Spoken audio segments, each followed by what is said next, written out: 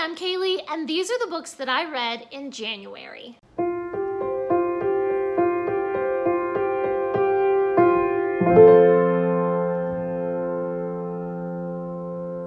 I read 16 books in January, so not too bad. Some of them were a little bit longer than I would usually read. Plus, I just had a lot of other things going on in January, and so I just didn't quite have the focus to be able to read as much as I usually would. But the reading that I did do, I really enjoyed. I read the first book in the Emily series, Emily of New Moon by Ellen Montgomery. The Emily trilogy is such a favorite of mine, but I don't reread it as often as I reread the Anne series or some of the other standalone books by Ellen Montgomery. So it's been a while, I think. It's been, I don't know, maybe 7 or 8 years since I've reread Emily, so I am really enjoying rereading it this time around. Emily dreams of being a writer someday, but her strict Aunt Elizabeth has forbidden such frivolous pursuits as novel writing and poetry. Emily is such a sensitive and courageous little person. This book explores really deep feelings and emotions as Emily grieves after her father has passed away, as she kind of strives to find who she is as a young person. She deals with terrible sadness and fear, but also exquisite beauty and joy. All the characters are really vivid and interesting. They're also different. The writing really pulls you into the story, and the plot is just funny and weird. It's such a delight to read this again for the 12th or 13th time. I always give it 5 stars. I finally read The Chemist by Stephanie Meyer, which I've been meaning to read since it came out, and I finally just sat down and read it. Alex is a former spy on the run. She has assassins that have been sent after her. She has a chance to do one last job for her former employers and try to get her old life back. But she is distracted as she falls in love with a man who is a liability in this cat and mouse game that she is playing. I'm not really sure what my reaction is to this book. There were some parts that I really loved. There were some parts that I really hated. I skimmed over all the dumb stuff about the dogs. I skimmed over most of the action scenes with the car chases and the bombs and the shooting. I got really bored with the constant road trips. But I liked the romance pretty well. It was this sappy puppy love kind of stuff, but it was cute. It was kind of strange though, because the romance was so blushing and blooming, and then the plot was really dark. So there was this weird contrast between all this cutesy puppy love stuff and then, oh, let's go shoot some people. It was also awkward how quickly they fell for each other. It was just kind of strange. The romance did feel a little forced in the beginning. I really hated the violence and the torture. It actually gave me nightmares. Then again, if the writing was vivid enough to give me nightmares, then that's some pretty good writing. Horrible subject, but effective writing. However, even with all of that, the story kept my attention. I cared about the characters. I wanted them to succeed. I was on the edge of my seat, hoping that they would survive. As a character-driven reader, I loved the relationships. I actually enjoyed reading about some of the friendships more than the romance. I don't know, I honestly don't know what to think about this book. There were so many things that I liked, there were so many things that I did not like. I don't know.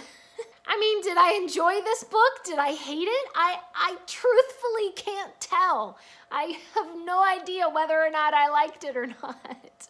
I'm glad that I read it, but never again, because I don't want to have nightmares about spies torturing people. I ended up giving it 3.5 stars. I read the Masterminds Trilogy by Gordon Corman. The town of Serenity is not as serene as it seems. Eli and his friends live in a perfect town, but they begin to discover that their perfect community hides some secrets. I really liked the mystery in this trilogy and the gradual unraveling of the dark secrets behind this seemingly perfect little town. The characters are smart and emotional. They all have really unique personalities. The adventure aspects of the story are interesting And the action keeps your attention, but a lot of the time it felt really far-fetched and unrealistic. I was rolling my eyes a couple of times, you know, when they're like rappelling off buildings or, I don't know, jumping off of waterfalls and jumping out of moving cars and all kind of stuff. Just like, how did you survive jumping out of a car like that? No, you should be in the hospital. You're not walking away from that. No.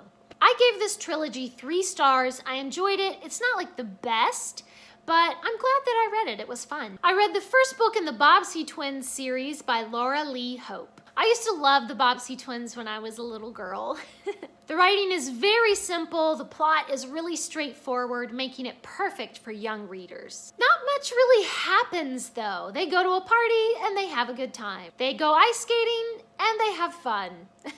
A kitten gets stuck up on the roof and they borrow a ladder to get the kitten down. It's mostly peaceful, happy little adventures around their home, and any problems are resolved quickly. This is lovely. This is so enjoyable and peaceful and really fun to read. For me, of course, it's all about the nostalgia, but I did give this one 3 stars. I reread one of my favorite children's classics, Mistress Masham's Repose.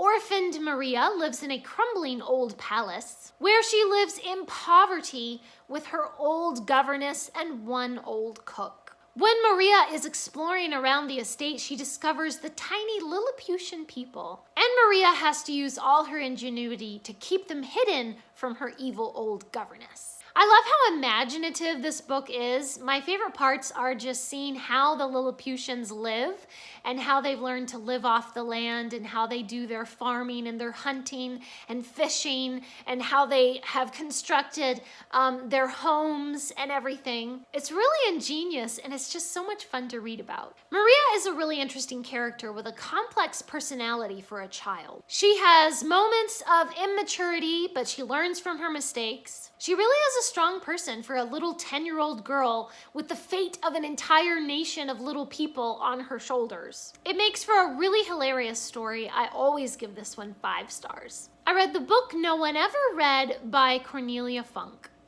One little book is tired of sitting on the shelf. He longs to go out and find a reader. The other books are content to just sit and wait on the shelf, but this book is ready for an adventure. I liked the concept of books wishing to be read, but the illustrations in this are so weird and the book's faces are so distorted and strange that I actually had trouble reading it. Like I was just like, ew, get it away from me. It's disturbing, okay? The illustrations are disturbing. I did not enjoy it. I gave it 2 stars. And from here on out, the rest of the books in this video are books that I received from a publisher or author in exchange for a free and honest review. I read Ensnared in the Wolf's Lair inside the 1944 plot to kill Hitler and the ghost children of his revenge. So in the middle of Nazi Germany, a group of Germans on the inside were plotting to assassinate Hitler. Unfortunately, their plot failed, and then Hitler took out his revenge on them and their families and even their children. However, a few of the family members and the children survived. Some of them were taken to concentration camps or just kept in prisons, but they lived and they were nicknamed the Ghost Children. I really appreciate this clear look at a complicated time in history. I think that history tends to remember all Germans as being evil and complicit with Hitler's plans, but there were so many Germans who were working from the inside against Nazism. The writing style in this book is really excellent. It really just brings history to life. It can be a disturbing book to read. It does talk about people being imprisoned and tortured, and some people being murdered in cold blood. However, I think it's important that stories like these be told so that history does not repeat itself and we can learn from the past. I really loved the beautiful photographs and maps that really help you to understand each person in history and what was going on and everything that was happening. But seeing the faces of each little child will just break your heart. This was a really, I can't say like enjoyable because it was awful, but this was such an interesting book to read about this really important time in history. I ended up giving this 4 stars. I read Break Free from Intrusive Thoughts, an evidence-based guide for managing fear and finding peace. So we all have weird intrusive thoughts where suddenly you think, what if I crashed my car into a tree? And then you think, no, what? That's horrible. Don't think that. That's awful. So this book can really help you to just recognize that those thoughts don't really mean anything. It's just your brain kind of throwing weird thoughts out there. And they have some exercises and some meditations that you can do to help minimize the impact of those disturbing thoughts. I thought this had some really good advice. Some of the advice I was like, that's not really for me.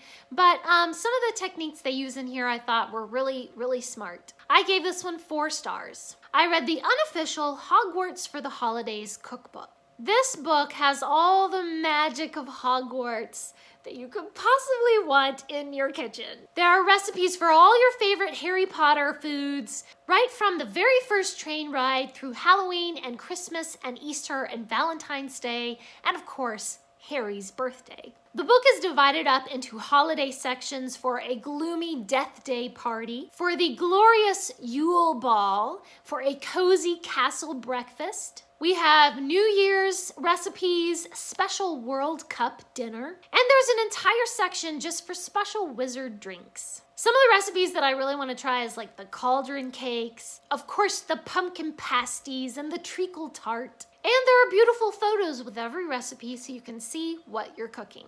I gave this book 5 stars. I can't wait to get cooking in the kitchen with some of these. I read A Love for the Strangers, what the Bible says about loving immigrants. A friend of mine, Rachel Hartman, actually wrote this, and I thought it was a really good, interesting look at how to love people no matter where they come from. This book begins with some personal history of the author and different international friendships that they've had with different people from around the world and how that kind of broadened their horizon to accept other cultures. And then there's an overview about how the Bible talks about immigrants and strangers in the land. And of course it talks about Jesus' commandment that we're to love our neighbor, that we're to love one another, and that we're to give to the poor and aid those in trouble. I like the personal writing style in this book. It's like the author is just having a conversation with you about something that's really important to them. I gave this book 4 stars. I read One a Day Quotes to Destiny, quotes for life, business, purpose, success, and mentorship. This is a beautifully designed little book full of little sayings and advice. There are lined pages at the end of each chapter so you can write in any little thoughts or inspirations that you might have. And they're just statements about finding your purpose and living your best life and following your dreams. I thought it was a sweet little book and I gave it 3 stars. I read Kid Innovators, True Tales of Childhood from Inventors and Trailblazers. All inventors start out as curious kids who want to learn and explore. This book gives some short biographies of famous explorers and innovators and inventors and how their childhood kind of shaped their dreams. Each biography is about 10 pages long and includes really cool illustrations and inspiring quotes from each famous person. I really liked this. I gave it 4 stars. I read an adorable board book called The Cuddle Book. There are several important questions when it comes to cuddling. Where and when to cuddle and who to cuddle. I liked the cute, snuggly artwork. I thought this was adorable, and I gave it 5 stars. I read Welcome to the Symphony, a musical exploration of the orchestra using Beethoven's Symphony No. 5. In this one, 3 little mice attend an orchestral concert and learn about the different instruments and about harmony and melody, and they work together to create beautiful music. As each instrument is introduced, the reader can push the little button to hear that particular instrument. As a musician, I really loved this. There are particular little details about the music that they really took the time to get it right. And so as a person who reads music and knows music, I really, really appreciated the obviously careful craftsmanship that went into this. It's just such a beautiful book and such a fun way to introduce kids to classical music. Of course I gave it 5 stars, of course, because it's fantastic. And those are the books that I read in January. Please leave me a comment down below and let me know what is one of your favorite books that you read this past month. Thanks for watching. Please subscribe and remember the right book in the right hands at the right time can change the world.